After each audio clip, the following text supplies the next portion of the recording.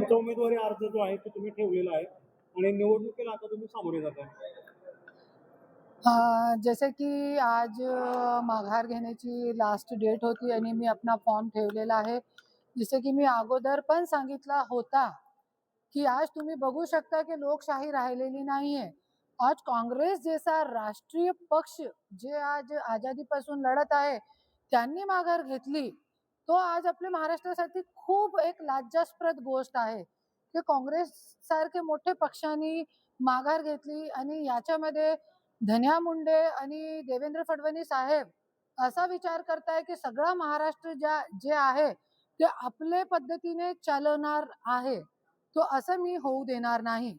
मी पण माघार घेणार होती क्योंकि राष्ट्रवादीचे 2-3 लोकांसोबत माझा बोलणं झाला, मोठे नेते आहे त्यांच्यासोबत माझा बोलणं झाला होता काल रात्री आणि मी विचार केला होता की नाही मी माघार घेणार आहे. एक महिलासोबत आपल्याला सहानुभूतीची लाट आहे आणि मी इतकी मोठी पण नाहीये की मी ताईसमोर लढू.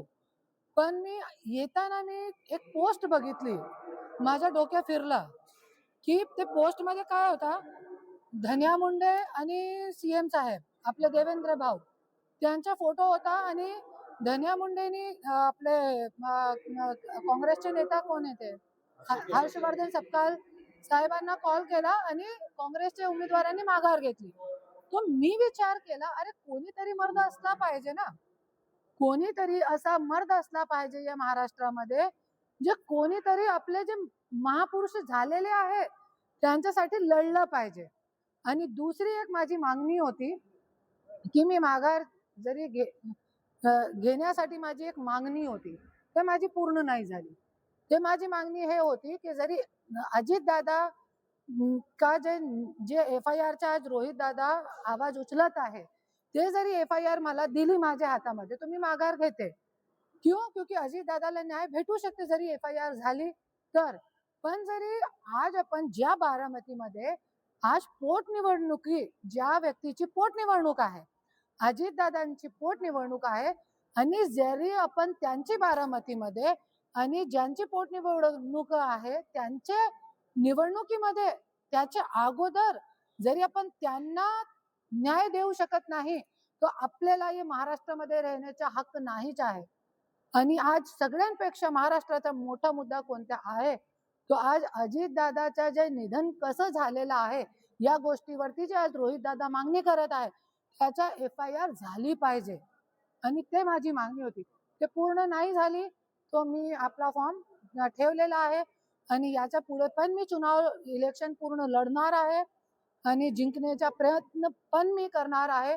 फक्त एक मुद्दा नाहीये आज खरोखर आपले सुनेत्रा वहिनी सोबत सहानुभूतीची लाट आहे पण आम्हाला आमच्या समोर एक और लक्ष आहे, अजित दादाला पण आम्हाला न्याय द्यायचा आहे.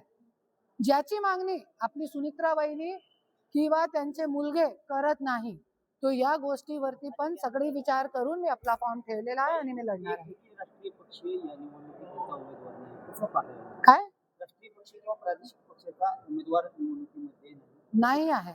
मी आहे ना, माझा पक्ष स्वराज्य शक्तीचे नाही राष्ट्रीय पक्ष आहे, तो मी एकटी आहे आणि याच्यासाठी मी त्या दिवशी पण सांगितला होता की मी त्याच्यासाठी फॉर्म टाकलेला आहे. चालेल मला जरी माझे जे उमेदवार ते आहे आमचे जे कार्यकर्ते आहे त्यांच्या जर भले आम्हाला मतदान पडेल 50 मतदान पडू द्या पण जे आपले महापुरुष झालेले आहे त्यांचे विचार आम्ही घेऊन चालणार आहे आणि जे आहे आम्ही लढणार आहे. आणि आज अजित दादाची बारामतीमध्ये मी हेच मुद्दा घेऊन चालणार आहे की जोपर्यंत आज अजित दादाला आज बारामतीमध्ये न्याय भेटू शकत नाही तो माझ्यासारखी महिलांना काय न्याय भेटणार आणि कोणाला न्याय भेटणार नाही.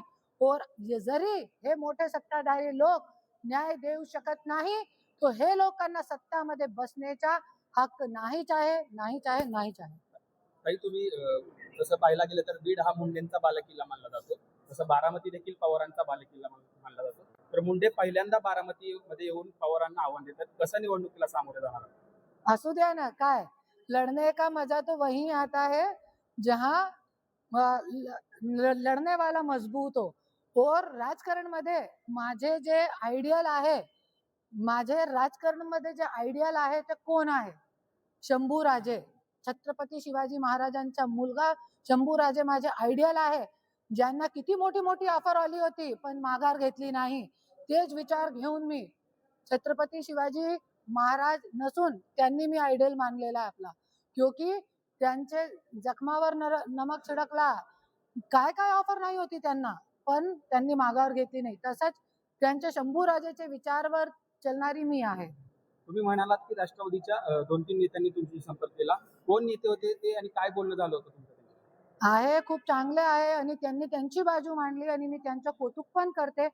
पूर्ण त्यांनी माझा माइंड जे आहे पूर्ण ते केला होता वॉश, की मी आज बारामतीमध्ये फक्त याच्यासाठी आली होती, माघार घेण्यासाठीही मी आली होती. पण मी ते पोस्ट बघितली ना, की महाराष्ट्र जे आहे फक्त क्या देवाभाऊ आणि धन्या मुंडे चालवणार आहे का? फक्त ते हा ते पोस्ट आहे ना, की धन्या मुंडे आणि धन्या मुंडेनी आपले काँग्रेसचे नेता कोण आहे? हर्षवर्धन सपकाळ सोबत बोलणं केला आणि काँग्रेसच्या उमेदवारांनी माघार घेतली. तो एक लक्षात ठेवा, महाराष्ट्राची जनताला मी एकच बोलते, हे मोठे मोठे राजकारणी लोक आज काँग्रेस सारखा पक्ष विकू शकता, पण करुणा मुंडेला खरेदी करण्याची कोणीचीही लायकी नाही. धनंजय मुंडेंनी तुमच्याशी संपर्क साधण्याचा प्रयत्न केला का? संपर्क त्यांनी केला होता, त्यांच्या आव्हानातून तो मी इकडे आलेली आहे ना लढण्यासाठी, नाही तर मी आली पण नाही होती. क्योंकि त्यांनी मला मी त्या दिवशी सांगितलं की धन्या मुंडेंनी मला आवाहन केला होता, अरे तुझी काय लायकी नाहीये, तू काय करणार, तू जरी उभे राहिली तू तिकडे फॉर्म टाक, काय करायचंय तुला कर तू, आणि मी बघतोय तू कसं जिंकते. अरे चालेल, मी तो हारली तरी पण मी जिंकल्यासारखीही असणार आहे. क्यों? क्योंकि मी एक रणरागिणी आहे आणि मी लढते आणि मी वाईट गोष्टीसाठी लढते. आणि आता पण मी सांगितलं, जरी दादाची FIR माझ्या हाता लागली होती, आज कालपासून मला हाता लागली होती दादांची FIR, तो मी आज माघार घेतली असते. धन्यवाद.